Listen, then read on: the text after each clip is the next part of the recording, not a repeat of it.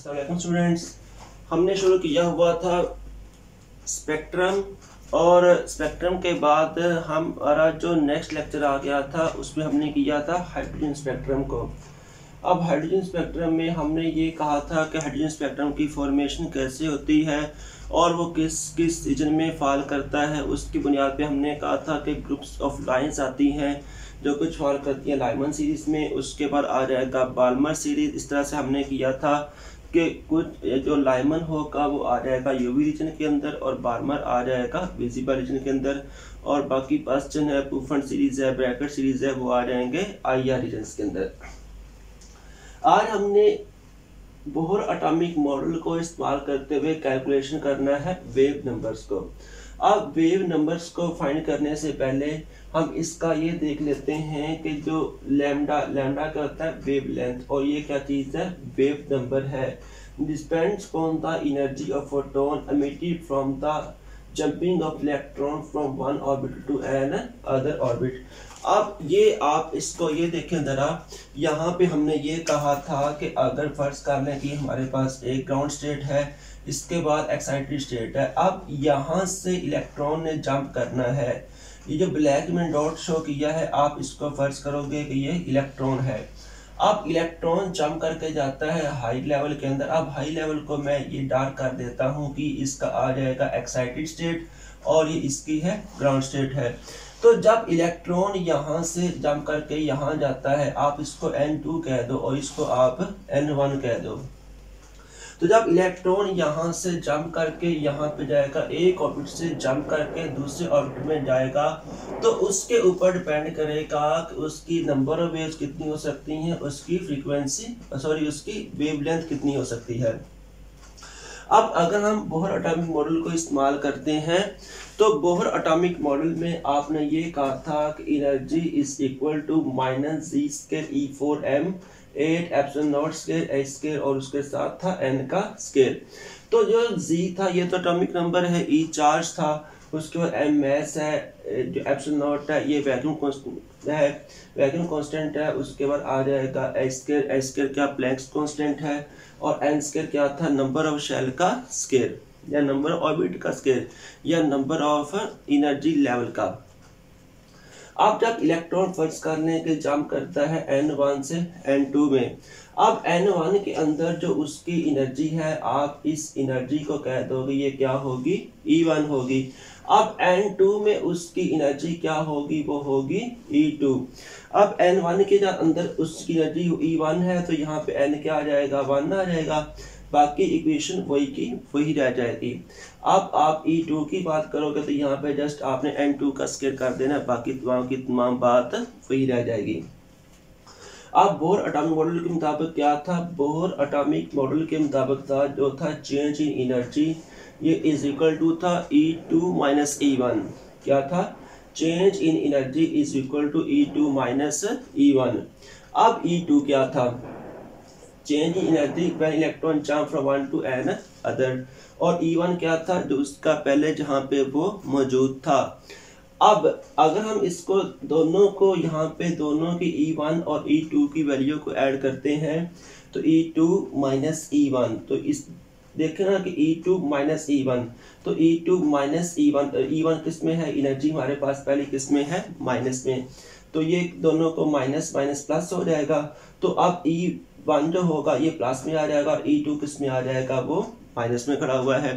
अब दोनों को तकरीबन वैल्यू तकरीबन सेम ही है ना, तो हम क्या काम करेंगे कि 1 वाले को प्लस वाले को पहले लिख लेते हैं और माइनस वाले को बाद में राइट कर लेते हैं। जब हम प्लस वाली वैल्यू को पहले राइट करेंगे तो ये आ जाएगा और माइनस वाली वैल्यू बाद में चली गई, क्योंकि एक प्लस है एक माइनस में, तो हम प्लस वैल्यू को पहले राइट कर लेंगे। अब g square E4m 8 epsilon not h का स्क्वायर दोनों वैल्यूज में क्या कांस्टेंट है, 1 ओवर n1 का स्क्वायर माइनस 1 ओवर n2 का स्क्वायर, इसको हम साइड पे निकाल लेते हैं।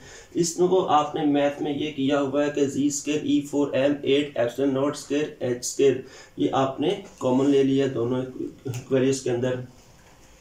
अब इसको हमने कहा था कांस्टेंट है और इसकी वैल्यू होती है 2.18 इंटू 10⁻⁻18 जूल, और उसके साथ N1 square N2 square as such आ जाएगा। अब अगर हम n1 की बात करेंगे, हमें पता है इलेक्ट्रॉन कहाँ से जंप करके कहाँ पे जा रहा है। अगर हमें जिसमें वो पहले मौजूद है उस ऑर्बिट का पता होगा और उसके बाद वो कहाँ पे जा रहा है, हमें उस ऑर्बिट का पता होगा, तो हम क्या फाइंड कर लेंगे, डेल ई को फाइंड कर लेंगे। अब एक और जरा हम आते हैं बोर एटॉमिक मॉडल में ही हमने कहा था कि del is equal to E2 minus E1, जो हमने पहले यहाँ पे किया है, और E2 minus E1 is equal to H frequency. अब H यहाँ पे क्या था, प्लैंक्स कांस्टेंट, फ्रीक्वेंसी इन दोनों के बराबर था E2 माइनस E1। फिर इसका ये मतलब हुआ कि ये दोनों वैल्यूज भी आपस में क्या है, बराबर हैं, तो del E is equal to आ जाएगा HB। अब हमने यहाँ पे क्या काम करना है, डेल E की वैल्यू पुट करनी है। तो ये हमारे पास डेल E की वैल्यू आई हुई है, आपने डेल E की वैल्यू को उठा के यहाँ पे पुट किया, तो क्या आ जाएगा, Planck's constant multiply by frequency is equal to G square E4m 8 epsilon naught square h square 1/n1 का स्क्वायर माइनस 1/n2 का स्क्वायर। ये ऐसा नीचे आ गई इक्वेशन।